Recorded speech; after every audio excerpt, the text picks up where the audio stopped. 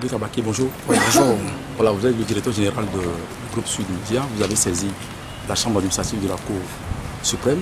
La décision vient de tomber. Quelles sont vos réactions? Oui, c'est une déception totale. Nous avons constaté qu'il y a eu un déni de droit. La Cour suprême, je veux dire la chambre administrative de la Cour suprême, n'a pas eu le courage de dire le droit, de se prononcer sur le fond du dossier, de poser la question pertinente qui est si la RAC est compétente pour prononcer le retrait des fréquences à une chaîne de télévision ou de radio.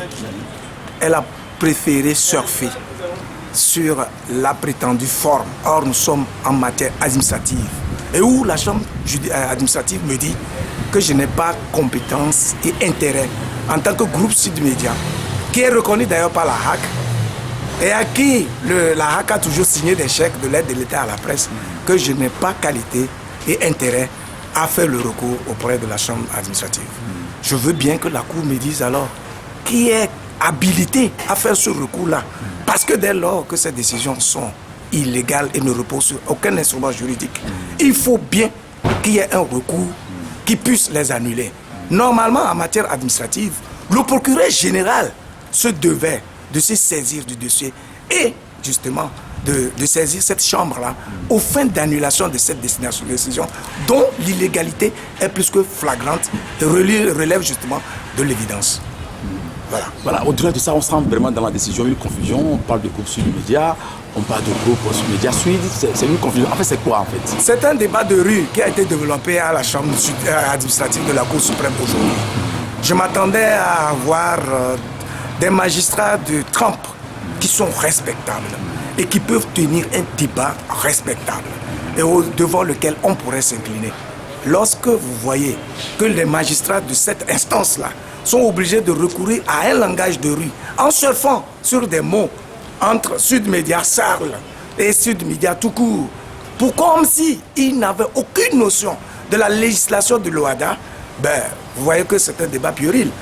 Donc en réalité, il n'y a pas question. Je veux que la Cour me dise qui peut la saisir dans ce contexte-là pour que cette décision illégale puisse être rapportée.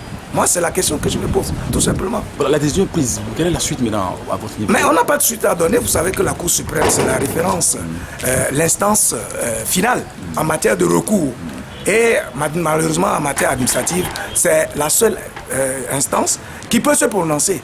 Et si elle a choisi de s'amuser ainsi, c'est le pays lui-même, c'est la République elle-même que la Chambre administrative a décidé de mettre par terre.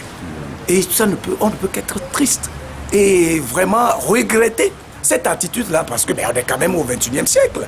Et les gens ne peuvent pas agir comme si le Togo s'arrêtait ou le monde entier s'arrêtait aux dimensions du Togo.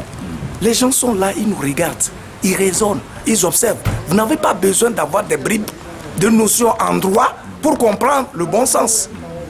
Aujourd'hui, la RAC s'est attribué de droit le pouvoir de retirer les fréquences. Ce pouvoir-là qui est donné de plein droit à la justice. Donc on va conclure que la RAC peut se donner tout ce droit-là aujourd'hui. Voilà. Est-ce que vous avez l'impression que le débat est ailleurs? Mais bien sûr, le débat est ailleurs parce que d'abord, notre recours comporte des points de droit très clairs.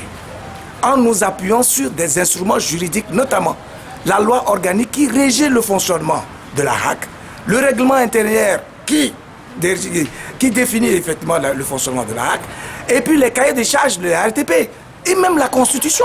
Parce que le retrait de fréquence est synonyme d'un attentat à l'expression de la liberté.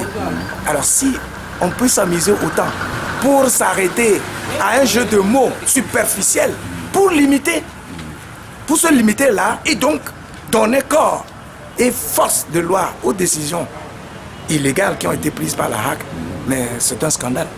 Voilà. Quelle est la suite maintenant? Parce qu'entre-temps, on vous a vu dans la mobilisation, la rue, et puis les populations vous ont soutenu. Est-ce que vous allez continuer après ces... Non, on n'a pas besoin de faire encore du bruit. Je crois que l'alerte de l'opinion, les manifestations qu'on faisait étaient destinées à alerter l'opinion sur l'injustice dont le groupe Sud Média est victime.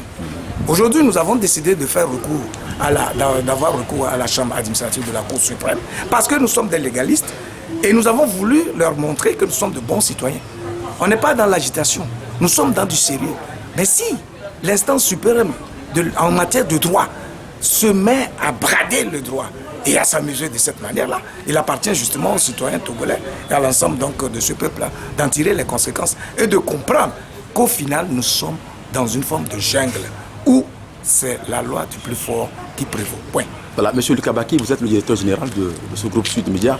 Entre-temps, les bruits circulent, comme quoi, bon, là, c'est quand l'écho de votre groupe a été interdit, c'est une décision qui est prise par les autorités ou bien c'est venant de vous? Non, non, non. En fait, lorsque nous avons reçu la décision de retrait des fréquences, nous avons décidé de suspendre nos émissions. Donc, le personnel vient comme il se doit. Mais puisque nous sommes dans une impasse administrative et juridique, nous étions obligés de les mettre en congé technique, tout simplement. Mais moi, je pose la question de savoir quel a été, c'est-à-dire quel est le sort que ceux qui ont décidé de façon aussi arbitraire de retirer les fréquences veulent-ils réserver à ces braves jeunes filles et garçons qui se sont engagés, qui ont investi leur énergie pendant 10 ans pour donner cette fierté à travers la télévision LCF et CTFM à ce vaste peuple-là qui nous faisait l'amabilité de nous suivre.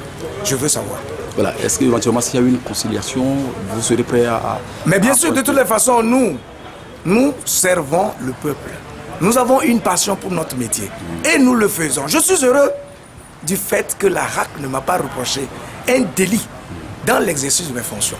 Que la RAC ait prétexté de ce qu'à la création de cette chaîne, je n'avais pas les papiers qu'il fallait. Quand bien même j'ai fait les démonstrations nécessaires et j'ai fourni les documents qu'il fallait, ils ont persisté dans cet acharnement qui a abouti au retrait arbitraire des fréquences. Moi, je pars avec un cœur léger, très content et fier parce que je n'ai pas commis d'erreur professionnelle.